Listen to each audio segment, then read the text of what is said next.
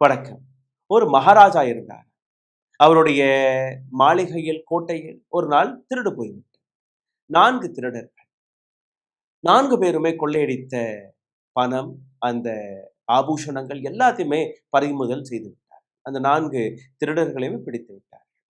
இப்போ மகாராஜா ஆணையிட்டார்.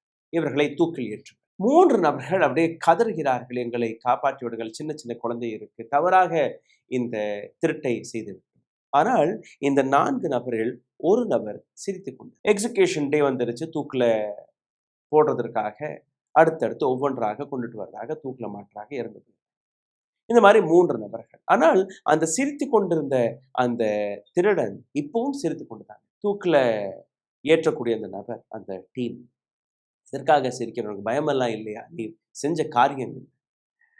அது இருக்கட்டும், எனக்கு ஒரு மந்திரம் இருக்கு. இந்த மந்திரத்தை நான் சொல்லாமலே செத்து போனேன்னா இந்த நாட்டிற்கு எதுவுமே பயன்படாமல் போகுது. ரொம்பவே சக்தி வாய்ந்த மந்திரம். அந்த மந்திரத்திற்கான ஒரு விதை இருக்கு. இந்த மந்திர விதையை நீங்க விதைத்தீர்கள்னா அந்த இடத்துல தங்கம் விளையார். இந்த விஷயத்தை கேட்ட உடனேயே அங்க இருக்கக்கூடிய நபர்கள் இந்த விஷயத்தை ராஜா கிட்ட கொண்டு சொல்லு.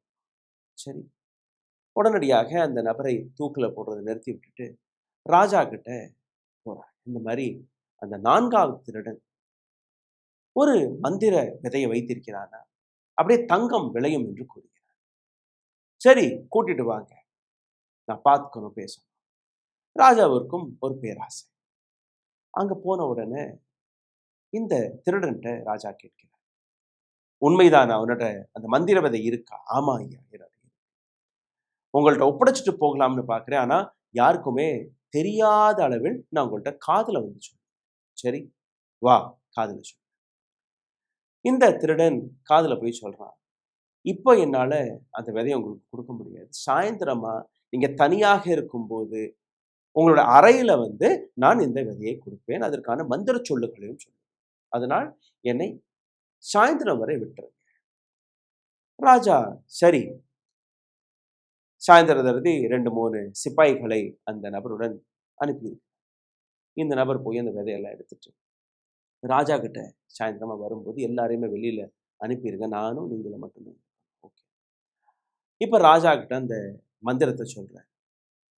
ஐயா, இந்த விதை உண்மைதான். இந்த விதையை நீங்க போட்டீங்கன்னா தங்கம் விளையும். ஆனா இந்த விதையை தொடக்கூடிய நபர், கையால தொடக்கூடிய நபர் சுத்தவாளியாக இருக்கணும். எப்ப பொய் பேசியிருக்க கூடாது, எப்பவுமே திருடி இருக்கக்கூடாது, எப்பவுமே அநீதியை செய்திருக்க கூடாது, அநியாயம் செய்திருக்க கூடாது, அட்டூழியம் செய்திருக்க கூடாது, அகங்காரம் இருக்கக்கூடாது. அப்படி தப்பித்தவரி இதுல ஏதாவது ஒரு விஷயம் இருந்தால் கூட அந்த விதையை தொட்டுட்டீர்கள்னா அந்த குடும்பமே அழிஞ்சு.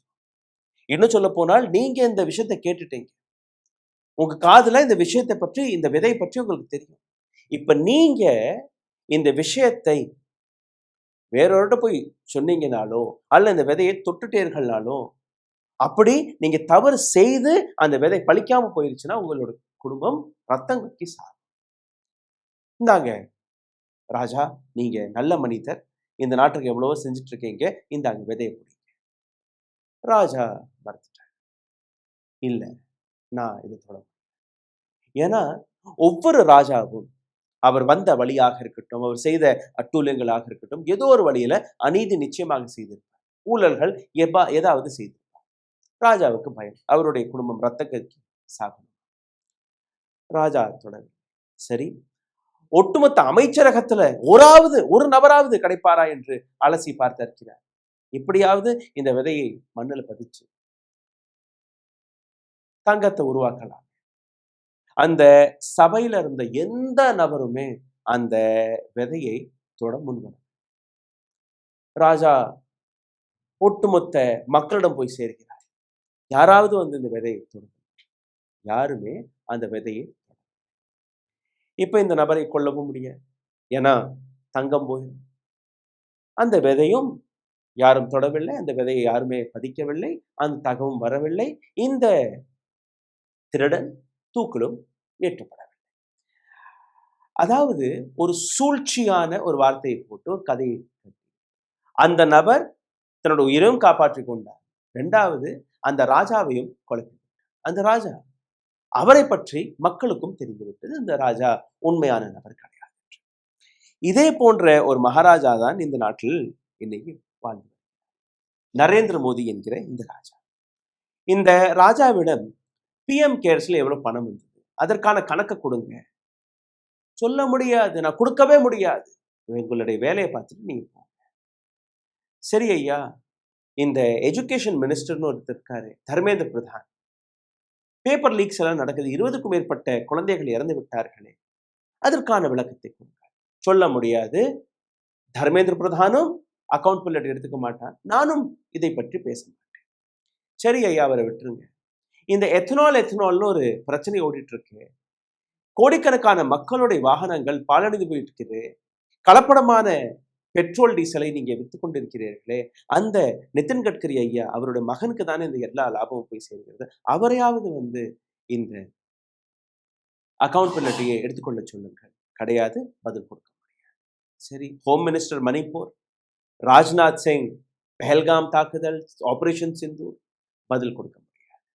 நிர்மலா சீதாராமன் இந்த நாட்டுடைய எக்கனாமிக் பாலிசி ஃபெயில் ஆனதற்காக பதில் கொடுக்க சொல்லுங்கள், பதில் கொடுக்க முடியாது.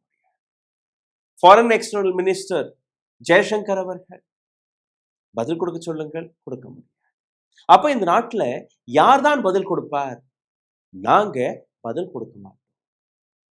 அதே மகாராஜாவுடைய கதை தான். இன்னைக்கு ராமர் கோவில்ல திருடு போயிருக்கு.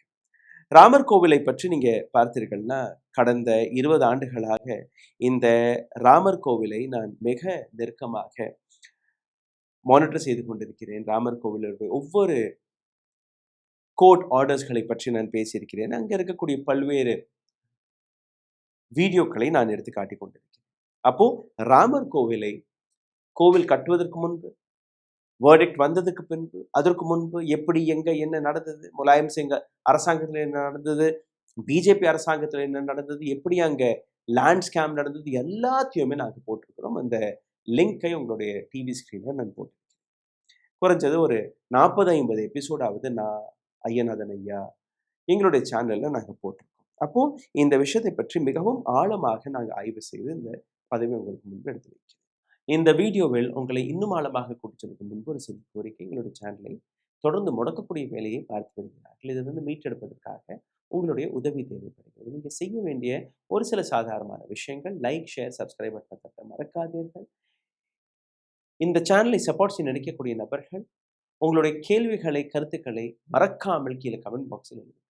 இதையும் தாண்டி பொருளாதார ரீதியாக எங்களை தொடர்ந்து முடக்கக்கூடிய வேலையை பார்த்து வருகிறார்கள். அதிலிருந்து மீட்டெடுப்பதற்காக அருகில் இருக்கக்கூடிய QR கோடை பயன்படுத்தி உங்களால் முடிந்ததை நீங்கள் தெரிவிக்கலாம். ஓ, அப்ப அந்த மிஸ்டர் அண்ட் மிஸ்ஸஸ் பெர்ஃபெக்ட் உண்மையிலேயே வர்த். நரம்பு தளர்ச்சியிலிருந்து விடுபட்டு உடம்பு ஒரு புது வீரியம் பெற மா நேச்சுரல்ஸோட மிஸ்டர் பெர்ஃபெக்ட்டை யூஸ் பண்ணுங்க.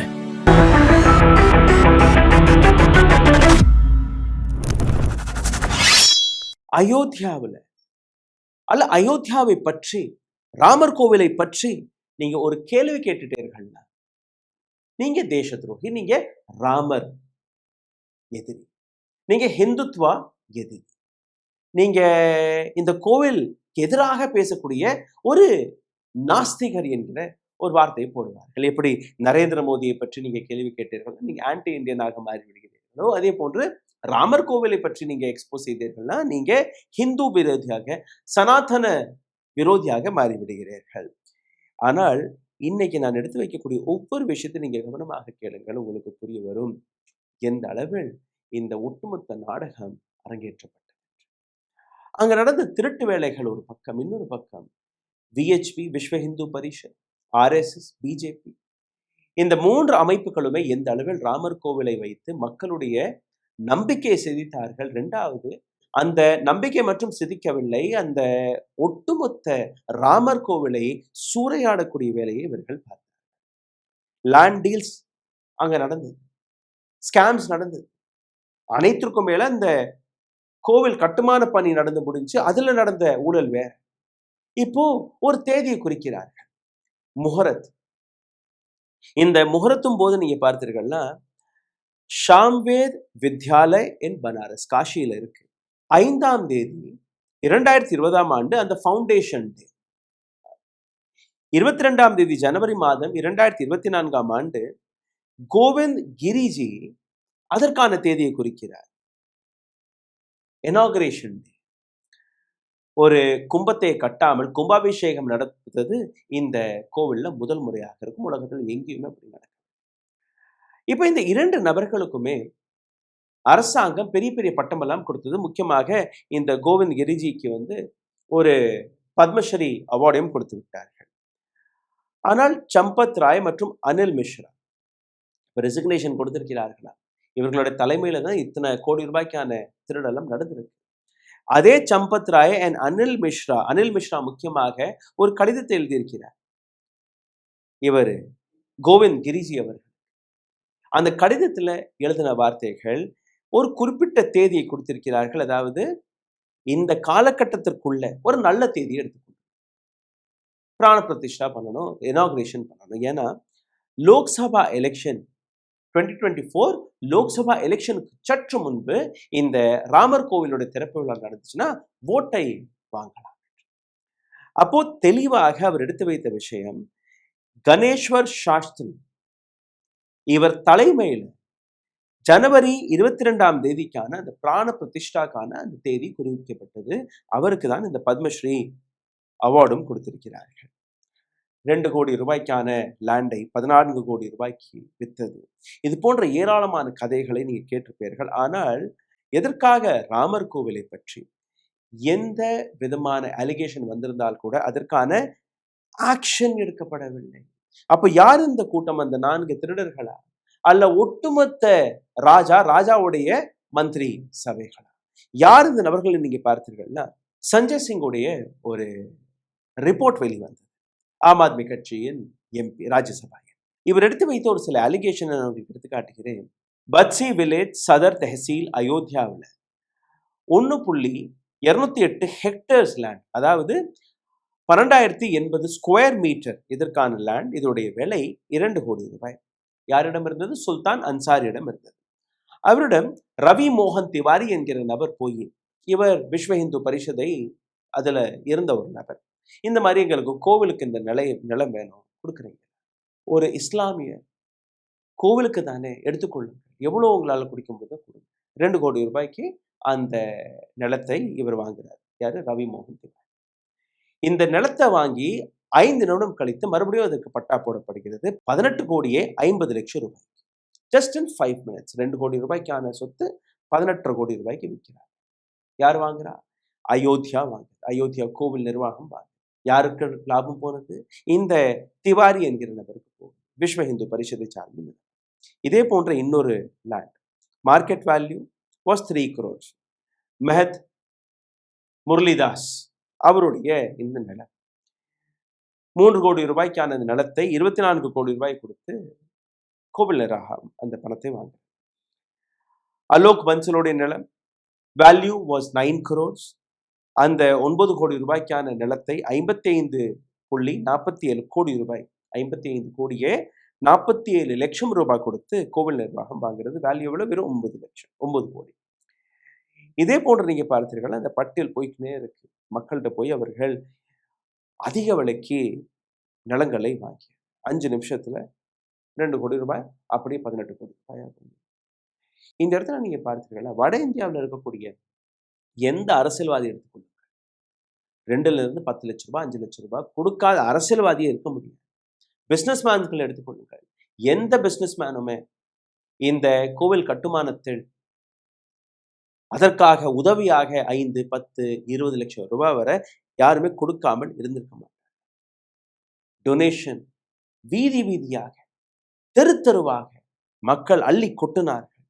ஜனவரி 2024ஆம் ஆண்டு அந்த முகூர்த்தத்திற்கு முன்பு பிரைம் மினிஸ்டர் மோடி தான் இந்த ரிப்பனை கட் செய்ய வேண்டும் என்கிற இன்னொரு நாடகம் அரங்கேறி, ஒரு குறுகிய காலத்துல 10 ரூபாய்க்கு இந்த வேலை நடந்திருக்கணுமோ அந்த 10 ரூபாய்க்கான வேலையை 400 ரூபாய் கொடுத்து இந்த கோவில் நிர்வாகம் செய்த வேலையெல்லாம் அங்கே தனியாக ஜஸ்ட் 10 rupees, அதற்கு 400 ரூபாய். ஏன்னா கால அவகாசம் இல்லை, பல நபர்கள் அதுல பணத்தையும் பார்த்தார்கள்.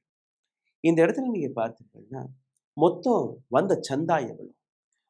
3000 இருந்து 3500 கோடி ரூபாய் இந்த கோவில் கட்டுமான பணிக்காக நாடு முழுவதும் இருக்கக்கூடிய 1,27,00,000 மக்கள் இண்டிவிஜுவல்ஸ் அந்த பணத்தை கொடுத்ததாக ஒரு தகவலை கொடுக்கிறார்.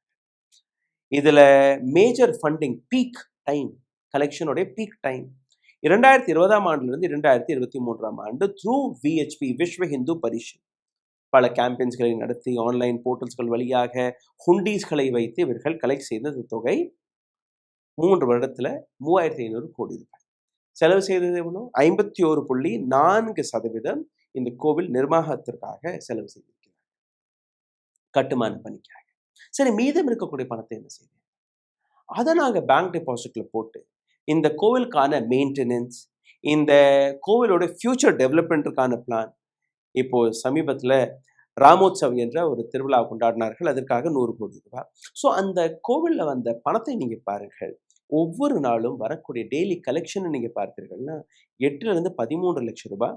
கொஞ்சம் சாட்டர்டே சண்டே எல்லாம் பார்த்தீங்கன்னா ஒரு 20லிருந்து 24 லட்சம் ரூபாய் வரை அங்கே கலெக்ஷன் வருது, ஒண்டியலில் வரக்கூடிய பணம் மட்டும். மந்த்லி எஸ்டிமேஷன், இந்த கோவிலில் வரக்கூடிய மந்த்லி எஸ்டிமேஷன் குறைஞ்சபட்சம் 2 கோடி ரூபாய், அதிகபட்சம் ஒரு 4லிருந்து 5 கோடி ரூபாய் ஒவ்வொரு நாளும். இது கோவில் நிர்வாகமே 2024ஆம் ஆண்டு ஜனவரி மாதம் வெளிவிட்ட டேட்டா. ஃபைனான்சியல் இயர் 2024-2025ல நீங்க பார்த்தீர்கள்னா இந்த கோவிலோடைய இன்கம் 327 கோடி ரூபாய். டொனேஷன் வழியாக வந்த இன்கம் 153 கோடி மற்றும் இன்ட்ரெஸ்ட் பேங்க்ல போட்ட அந்த பணம், அந்த பணத்திற்கான இன்ட்ரெஸ்ட் மட்டுமே 173 கோடி ரூபாய் வந்தது. மொத்தம் 327 கோடி ரூபாய் 2024-2025. இனாகுரேஷன் அன்னைக்கு இந்த கோவில்ல வந்த அந்த ஒண்டியல் பணம் 3,17,00,000. முதல் 11 நாட்களில் 11 கோடி ரூபாய் இந்த கோவிலில் சேர்ந்தது. இந்த பணம் எல்லாமே State Bank of India, Punjab National Bank மற்றும் பேங்க் ஆஃப் பரோடா, இந்த 3 வங்கிகளில் வைக்கப்பட்டிருக்கு. Majority State Bank of India. இந்த ஒட்டுமொத்த விஷயத்துல சீஃப் பிரீஸ்ட் ஆச்சாரிய சத்யேந்தர் தாஸ் இவர் மறைந்து போனார். தன்னுடைய வாழ்க்கையை இந்த கோவிலுக்காக அர்ப்பணித்த ஒரு நபர். அவர் இன்னைக்கு உயிருடன் இருந்தார். பல்வேறு நபர்கள் கொடுக்கக்கூடிய இவர்களை சாட்டையாலே அடித்திருப்பார். ஏன்னா அவர் இந்த கோவில்ல வேலை பார்த்தது, இந்த கோவிலுக்காக உழைத்தது வெறும் 12,000 ரூபாய் சம்பளத்துக்கு.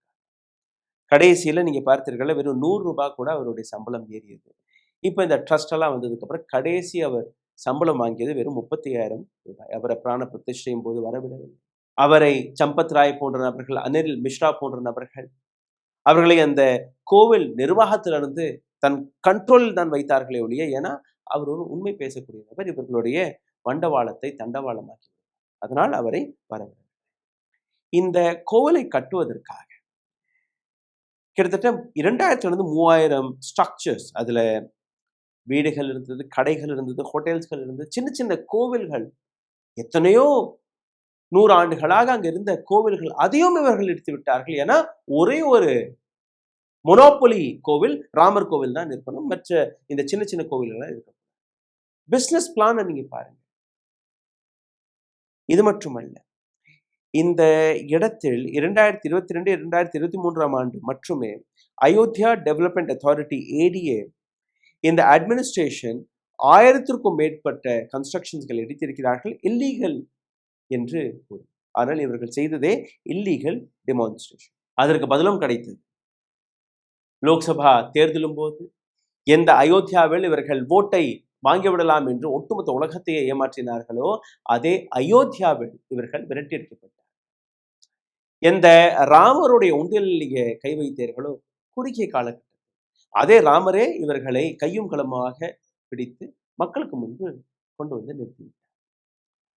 எந்த கோதி மீடியா இந்த ரிப்போர்ட்டை, இந்த அலிகேஷன்ஸ்களை மறைக்கக்கூடிய வேலையை பார்த்து வந்ததோ, அதே கோதி மீடியா இன்னைக்கு கையும் களவுமாக பிடிபட்டு 2020ஆம் ஆண்டு ஒரு சார்ட்டர்ட் அக்கவுண்டன்சி ஃபர்ம் அவர்கள் எடுத்து வைத்த ஒரு ரிசர்ச் டாக்குமெண்ட், ஸ்ரீராம் ஜென்மபூமி தீர்த்த கஷேத்திர ட்ரஸ்ட் இதில் நடந்த பல்வேறு கடுபிடிகளை அவர்கள் எடுத்து வைத்தார்கள். 2020-21ஆம் ஆண்டு நடந்த இன்டர்னல் ஆடிட்ல அவர்கள் எடுத்து வைத்த விஷயம் அன்ப்ரொஃபஷனல் மேனேஜ்மெண்ட். இந்த மேனேஜ்மெண்ட் அன்ப்ரொஃபஷனலாக இருக்கிறது. இதில் வேலை பார்க்கக்கூடிய நபர்கள் யாருமே சரி கிடையாது, எந்த விதமான டாக்குமெண்ட்டும் கிடையாது, எந்த விதமான அக்கௌண்டபிலிட்டியும் கிடையாது.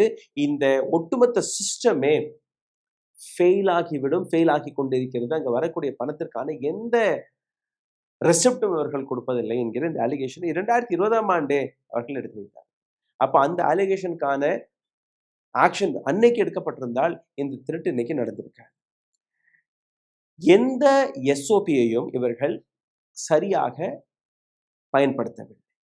Risk of mismanagement. இந்த இடத்துல ஏராளமான ஃபைனான்சியல் இரெகுலாரிட்டிஸ் நடக்க போகிறது, லீக்கேஜஸ்கள் நடக்க போகிறது. இந்த ஒட்டுமொத்த விஷயத்தை, அதாவது பப்ளிக்கோடைய டொனேஷனை இவர்கள் சரியாக கையாளவில்லை என்கிற அந்த விஷயத்தை இவர்கள் எடுத்து வைக்கிறார். இது மட்டுமல்ல, வாலண்டியர் ட்ரிவன் சிஸ்டம். இது ஒரு சிஸ்டம் கிடையாது. யாரு வேணாலும் வரலாம், யாரு வேணாலும் போகலாம், யாரு வேணாலும் டொனேஷன்ல கை வைக்கலாம் போன்ற ஒரு சிஸ்டமாக இருக்கிறது. இதை சரி பார்க்கணும். இது மட்டுமல்ல, இன்னொரு இடத்துல நீங்க பார்த்தீர்கள்னா, இப்போ எஸ்ஐடி வெளிவிட்ட ரிப்போர்ட் படி சிசிடிவி அண்ட் செக்யூரிட்டி ஃபெயிலியர் இன் ராம் மந்திர். இந்த திருட்டு பட்டம் வெளிவந்ததுக்கு அப்புறம் எஸ்ஐடி தன்னுடைய ரிசர்ச்ல என்ன எடுத்து காட்டியிருக்கிறார்கள்? நோ சிங்கிள் ஒஃபிஷியல் டோட்டல் நான் ஒர்க்கிங் கேமராஸ் வாஸ் ரிலீஸ்ட். 800க்கும் மேற்பட்ட நான் ஒர்க்கிங் கேமராஸ்களை அவர்கள் பார்த்திருக்கிறார்கள். ஆனால் ஒரு ஆஃபீஸர் கூட இந்த நான் ஒர்க்கிங் கேமராஸ்க்கான அந்த பட்டியலை கொடுக்கவில்லை.